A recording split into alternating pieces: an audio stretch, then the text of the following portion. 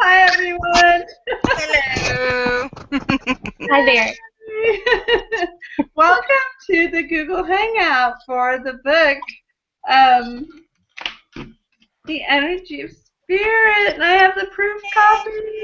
Woohoo! Excited. Welcome, and two of the authors are on with us despite our somewhat interesting technical challenges, and I'm grateful we're here. So, Uh, let's start with Kim and then Katie. And I'm Erica Glessing, which I would show you, except my toolbox isn't working either. My toolbox isn't working either. I don't think there's too many spirits playing around with us. Yeah. Yeah, isn't that funny? Oh my gosh. Here, I'm trying to get it now just in case. Let's see. So Kim, why don't you just start us off with kind of like when we first started chatting about this book, like what showed up for you and what motivated you to kind of help people with spirit and all that. Well, that's a good question.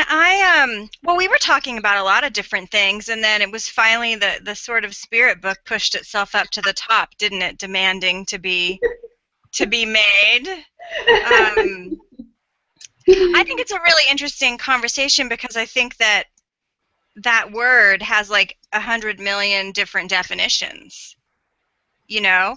And so I had a hard time in the beginning, like figuring out, like, what do I want to talk about? Like, am I going to talk about like spirits, like ghosts and entities, or so that's kind of what my chapter is about. Is like, what is spirit to you? Like, what's your definition, and how is it in your life? And if you want it in your life more, how do you achieve that? Like, what are the steps to like increasing that in your life? Yeah. And I Yeah. know for me, when I started kind of like visioning this book, it was really a matter of listening to spirit. It's hard to explain, but when spirit started chatting, I started getting messages from the other side. There, even though the messages would be like validated, like every message I've ever gotten almost has been like validated. And even from like Michael Jackson, I'd be like, okay, if that's you, music on the radio, and then pretty young thing, you know. And yesterday the song came on, I'll be there. You know, and it's like with Paul Walker, when I started getting messages from that spirit, then my daughter and I'd be in the car and his song would come on. So I'd have all these kind of like really almost impossible to overlook validations, and yet there's still something about being raised in our reality that makes it a challenge. And Katie Power is an amazing intuitive reader. And Katie, why don't you just kind of talk to that? Like, how do you know it's real, and how do you differentiate? And when spirit starts chatting with you, just kind of what sorts of things, how is that different than when it isn't? Oh my God, that's a great question, Erica. And I find that when spirit is talking to you, it often will be coming from the aspect of love and grace. So if you're in the energy of like self-doubt or fear, that is not spirit. Spirit always is reassuring and comforting to people. And for me, spirit communicates through many ways. Sometimes it's, well, a lot of times it's through synchronicities of something going on that you can't deny, like you said, the music on the radio with Michael Jackson, like looking for signs and symbols, and that you take notice of that consistently. And also following your heart, you can't go wrong. So if you're not sure what's spirit and what's not spirit, if you're just listening to your heart, that's the best way to know, to follow your inner guidance, that spirit's always guiding you too. So that's how I interpret it. Now, tell me a little bit about your chapter. This is Katie's chapter, and the lighting makes it kind of challenging to see. But it's together our breath is as one. And I loved the chapter when it first came in. It just came in so clean and so pretty. Maybe just tell the audience a little bit about your chapter and kind of what it's saying. Okay, so actually a lot of that was channeled through spirit. Sometimes I do automatic writing, and I'm just writing and it's flowing, and I call in my guides. And So I had to reread my chapter so that I remembered what I wrote, because as you may know, when you're channeling, you're processing what you're saying. So a lot of that was just, written through spirit. And in my chapter, I cover a lot about what spirit is and how it's multifaceted and it shows up in many ways. And then I'm very interested to read Kim's piece as well, because she went into that a little bit, and I agree with her that really spirit can be looked at in a multitude of ways. It is infinite, and so I also explored the different ways that spirit works through our lives, not just in the earthly realm, but in, out of body realm, other dimensions, things like that.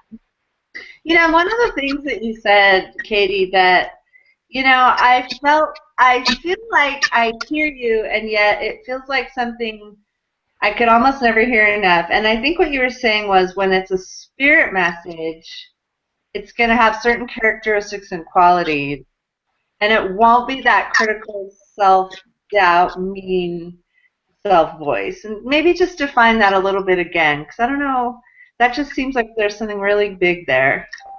Yeah, a lot of time we can get into our minds and try to get into the left brain of logic and reason and doubt or hesitation. But when you are following your intuition or spirits guiding you, there's not always a logical explanation. Like you could be like having the feeling that you're supposed to go somewhere, that you're supposed to, while you're driving, take a different direction, and you're just trusting your gut. We don't even have to physically think about it. You see what I mean? So it's so hard to even describe what you're saying because it is so big.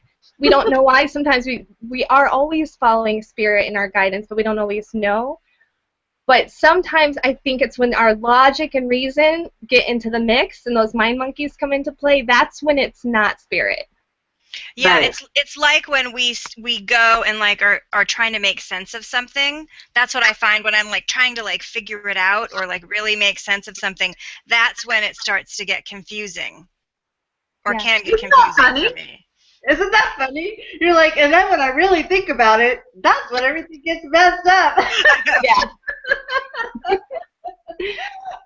Kim, I have a question for you. And Okay. hi, Ethan, yay! Kim, my question for you is, when do you feel kind of closest to spirit? And what are some activities that you can do that kind of accentuate that spirit quality in your life? I think that can be really different for everybody. For me, well, for most people, it's outside in nature if they're willing to have that. For me personally, it's in the ocean, in the salt water. Yeah. Water is a big deal for me. That's where it's easiest, probably. That's probably more accurate. I'm to the place now where I experience it everywhere. But if I'm really feeling like I need like an oomph or like a super duper shot of it, like I'll go stick my feet in the sand or go get in the water or go outside and touch a tree. You know what I mean? Like for me, that is the easiest way for me to get connected, like instantaneously. Kim, one of the things you wrote about in your chapter was some of the Hawaiian practices that you've been kind of blessed to be part of. Yeah. Tell me a little bit about that and like the land and the role of living in such a magical place. Yeah, I think that I think that that's the thing. Like, I'm really connected to the planet, and in the Hawaiian, in the very ancient Hawaiian traditions, they were living, in oneness, and they considered everything to be the same as them, and so there was never any separation, and so they communicated like they would ask the rocks, do you want to come be in the wall of the fish pond? And then the rock would be light and easy to carry, a half a mile down the mountain. Wow. So things like that. And then this is just my own personal, like, I don't know, something. There's something about being on land that's like some of the newest land on the planet. Like, I live in a place where new Earth is continually being created. Wow. Only 70 miles away. And so there's something about being on Like if you've ever seen lava rock, like how porous it is, there's something about being on earth and land that's like it's breathing to me. And so for me, I think that's part of the Hawaiian thing. I think it connected me to the breath of the planet and the earth, and Nice. that is how that works for me. And I have Ashley here and Susan here, and you're both on pretty tight time schedules. I'm gonna go first. yeah. Susan, you go first because Susan, you both have to leave in a few minutes. Susan, do Okay. you want to just say hi and tell us a little bit about your chapter? Sure. Hi, everyone. I am excited to be here. Thank you so much. I know we had technical difficulties a little bit ahead of time, but how does it get even better than this now? Yeah, so I have stepped into some interesting new awarenesses and interesting new conversations I've had with spirit and spirits. They've actually stepped up and facilitated me recently, and I thought that was pretty amazing. I had to lower all of my barriers. I had to let go of limitations that I was holding on to and expectations of how sessions were going to show up and what was going to come out of them and what was the right thing and perfect and correct and amazing. And I had to throw all of those out and just literally sit there and just receive everything, because information that comes from spirit doesn't always come like we're having this normal conversation. Like, it'll come in pictures, movies, slideshows, a knowing. They can tap into previous experiences or people that I've had, and that's just their way of saying, this is my personality, or this is what I look like, or this is what my life was like.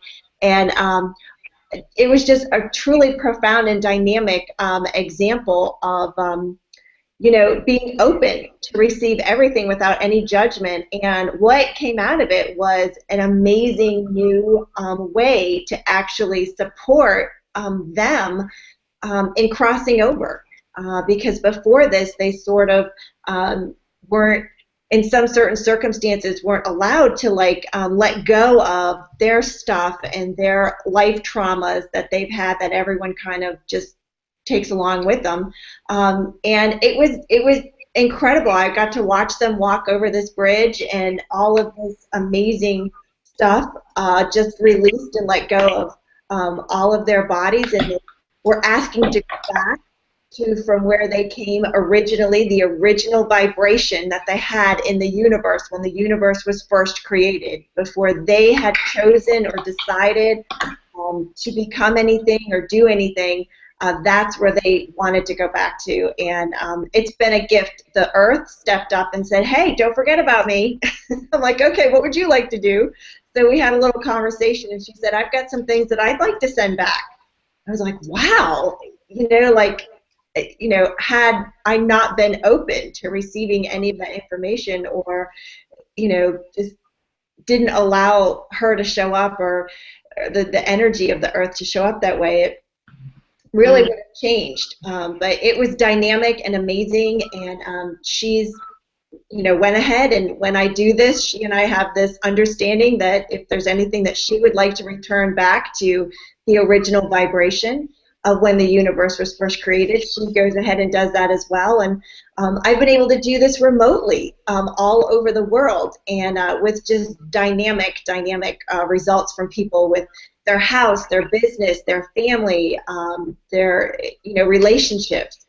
Things have really shifted and changed for them. So it's such a blessing. And Erica, thank you for inviting me to be here with all these amazing other authors. We got to know each other in this private Facebook group, and it was incredible, the level and the caliber of the authors in this book. I am just so grateful to have been included with all of them. And this book, it is amazing. It is a great read. If you are looking for something to touch on, this is definitely absolutely it.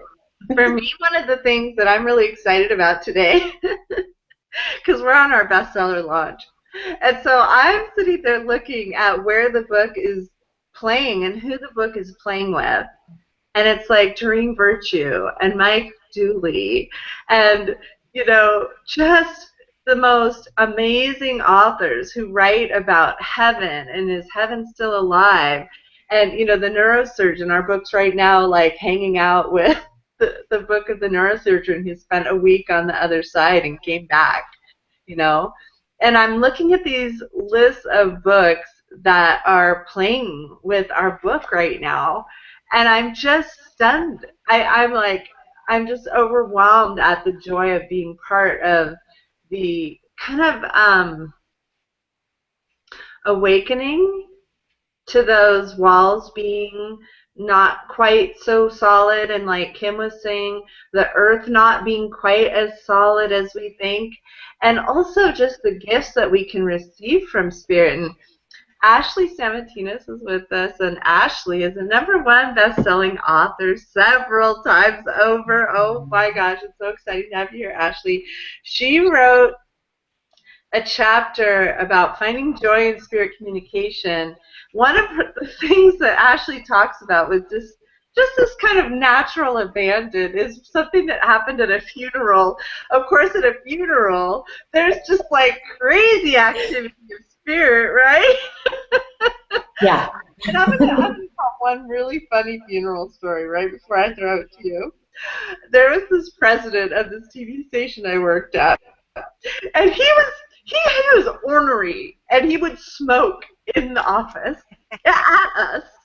His name was Todd. He was just this, like, he had a personality, I mean, out to here, but he was a good boss. I mean, he gave you a lot of freedom. Had great sense of humor, but just so ornery in real life, and just smoked on people and just like did anything he wanted. And so his funeral, it was time for his funeral. All these people were coming from the TV station. We all knew each other really well, even though it was years ago. And I said, I can't really go, you know. He's like, I don't give a. He's like, I don't really care. It was the funniest thing. Like, I got a perfect communication from him that fit perfectly. And I knew he was like, you know what? I really don't care. Because, I mean, it was like not about that. It was about the party they were having in his honor. So, Ashley, I just wanted to throw that to you. But I thought that was a funny funeral story. Yes, funerals are definitely filled with interesting moments if you could sense spirits in any way, in any capacity. That's the place. Yeah, absolutely. So tell me about your experience, and you've had this gift for so long, and kind of how it's played in your life. Yeah, it's been a wonderful journey for me, and I think one of the things that I really wanted to get across to the readers is that it doesn't have to be so out there and spooky and challenging to connect and communicate, that it can be, and there can be a sense of ease with it and playfulness and joy with it. And I find that a lot of people have a really strong fear of death and of spirits, of the unseen world, even when they're excited about integrating it deeper within their life. They often have a lot of fear about it. And so one of the biggest messages that I have that I really wanted to get across within my chapter is to sort of debunk the scary parts of it and give people a sneak peek into a world of ease with spirit. And when you remove that fear, bye. When you remove that fear and that sense of it's hard to connect and the challenge and the need to be right or the fear of being wrong, you can step into a whole nother playing field where connecting with the other side every day easily, effortlessly is a way of being for you. And I know you know what that's like, Erica. That is how you function. Well, tell me, for those people who like think they might be getting messages, and then they're like, one of the things I hear about is like, I really want to hear from my dad, or I really want to hear. It's usually like a relative or someone who passed, and then there's this double-edged sword where they're like, I really want to hear from them, but then they're like, maybe don't know if they did, or do you know what I'm saying? What can you say to people who are looking so hard for a sign, or who are looking so hard for that validation of connectivity?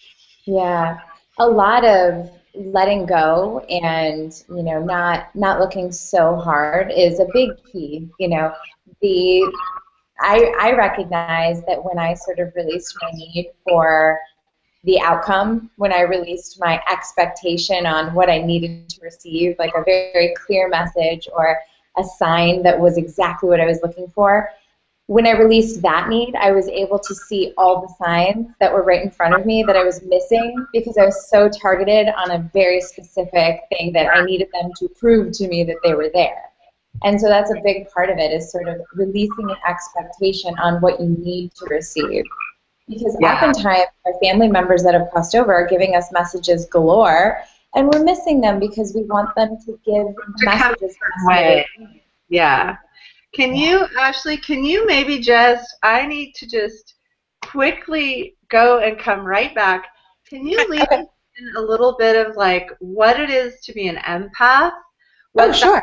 means and what, because I'm just tuning into like the people who are listening to the book The Energy of Spirit. Yeah. These are people for whom there's an awareness of being spirit, and maybe just also some of the tools of, you know, if what if I'm getting things in my head, do they belong to me, and that kind of thing. And Yeah. I'm going to be back in just like 1 second. Sounds good. Okay, awesome. Thank you. So one of the things that I'm so passionate about is talking to people about that you could potentially be a highly sensitive person if you are picking up on the thoughts, feelings, and emotions of people around you so strongly as if they were your own.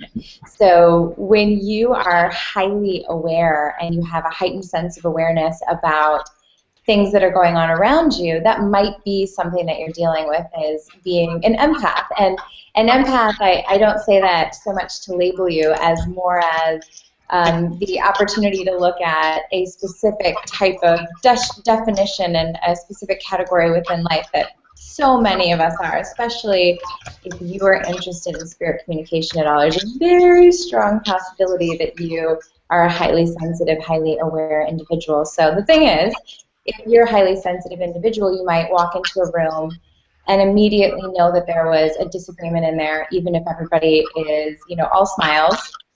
A highly sensitive person always knows if someone is telling a lie. They cannot lie to you.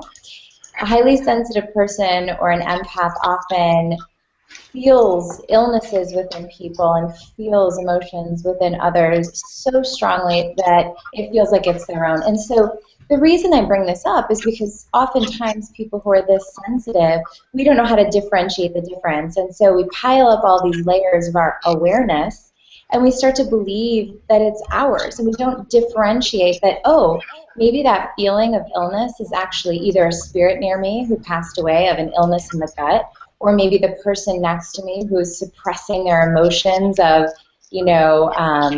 whatever it might be that's churning in their stomach, but we're feeling it within our body, especially the repressed and suppressed emotions and feelings that people are not dealing with themselves. So the number one thing I find that's most important and most helpful to everyone is anytime you have any thought, feeling, or emotion, you want to always ask yourself, does this belong to me? Is this even mine? And if you get a sense of relief just by asking that question, you know that you have just unleashed or unlocked something, even just a little bit, and your body is feeling so grateful that you even drew a little attention to something that wasn't yours to begin with. So you can just let it go, release it, you can return it to sender. But really the point of the exercise is for you to gain greater awareness about how much you're picking up that doesn't actually belong to you, especially for so many of you that are actually working with clients. You often are working with clients who are having distress of some sort, whether they lost a loved one or they're having physical illness. You want to really, for your own health purposes and self-care, ask yourself, what I'm sensing and this discomfort that I'm feeling, does that even belong to me, or is that someone else's? And that's how you can really gain great clarity and get back to center, because so often people who are empaths and highly sensitive people, we don't feel like ourselves. We feel guilty and we feel uncomfortable and we have all these emotions surrounding us and we feel so far from center and from ourselves. And so This is a great way for us to really get back to our true selves. I see the other people on this call are kind of nodding your heads. You guys wouldn't happen to be highly sensitive people, would you? Yeah. Do you guys have experiences like that too? Yeah, the other thing, can you guys hear me? Yes. The other thing I wanted to just tack on to what you said about who does this belong to and returning it to sender. One of the things that I get a lot from people that I work with is like, oh, well, I don't want to send something bad back to somebody. Right. And what I wanted to say is that how you said that when you just like return to sender, it unlocks something in your body or for you. Your willingness to recognize that it's not yours and let it go unlocks it for that person also. It does. So I just think it's cool for people to know that piece of it, that your willingness to be aware of what you're aware of and acknowledge it and acknowledge what's yours and not yours creates a lot of space and invitation for other people around you for that as well. So absolutely. when I figured that out, it made all of that a lot easier for me. Yeah, I agree. It made it a lot easier for me too. And this type of information about what we're going through and what we're experiencing is power for us, because when we gain deeper insight into understanding how we function as sensitive individuals, as aware individuals, we can better understand how to care for ourselves so that we can be a greater source of contribution to many other people. And without taking care of ourselves, maybe everybody on this call is a person who has a level of heightened awareness or sensitivity to some degree where, when you're not caring for yourself and looking at what you're holding on to from other people, then that can hurt you. So it's just a matter of using that awareness to your benefit and practicing extreme self-care. Yeah. Well, and that's cool too, because I think there was a time in my whole sort of like life growth where I thought that I was empathetic and there was nothing I could do about it. Right. Like I thought it was just this like kind of horrible thing that I was stuck with. And so it's so cool that that's not true. Yeah. I was actually working with a client this morning who said to me something so beautiful. She said, I want to get out of this pattern. I feel like my sensitivity is a gift to everyone else except for me. Yeah. And I thought, oh, that's clearly what a lot of people are dealing with. And just like what you just said, it doesn't have to be that way. You can empower yourself, and all of us have included so many beautiful tools in this book to empower you and to further help you understand the depths of what this gift can be for you and how you can utilize it as a strength that can give to you as well as everyone else. So I need to jump off in 1 second, but I'm really, really grateful to be here. And I hope that the people listening enjoy the book, and thank you so much for tuning in. Awesome. Yeah, I see Erica is trying to get back on. Yeah. Looks like she got kicked out. So someone I could new stand for like 1 or 2 more minutes. Someone new just joined us. I can't quite see who that is. Who is that? That's another one of our authors. Andy. Hi, Andy. How are you? Good. How are you? Do you want to tell us a little bit about yourself and about your chapter and how it came to be for you? Yeah. So actually, I've had lots of conversations with Erica, so that's where it's all started for me. And she asked me if I wanted to be part of the book, which was pretty cool. And when I sat down to write the book, Dr. Dyer came in and he wanted to be part of that. And cool. Yeah, so it was really cool. So I've done a lot of access and different other things, life coaching, healing, and can really relate to what Ashley was saying. Yeah. So what's your chapter about? Because I actually haven't gotten my hard copy yet, so I haven't read all the other chapters yet. I haven't got my hard copy either. So what did you write about? I can't even remember the name of it. How's that? I wrote it all out last night. Hang on, I'll find it. That's really funny, isn't it? Yeah, I actually thought a little bit ago, I was like, oh, maybe I should have read my chapter again before I got on this hangout. I I wrote did it so long ago, I was like, what did I write about exactly? Well, I did that last night, actually. The magic of spirit and how it can nourish you. Oh, I like that. Yeah. So, what are some of your favorite ways to have spirit nourish you? What are the ways for you? So it's about learning to connect with them and learning to trust that connection that you have, that what is coming through is true and correct. And I find that when I work with other people, I'll get goosebumps and things like that. Yeah.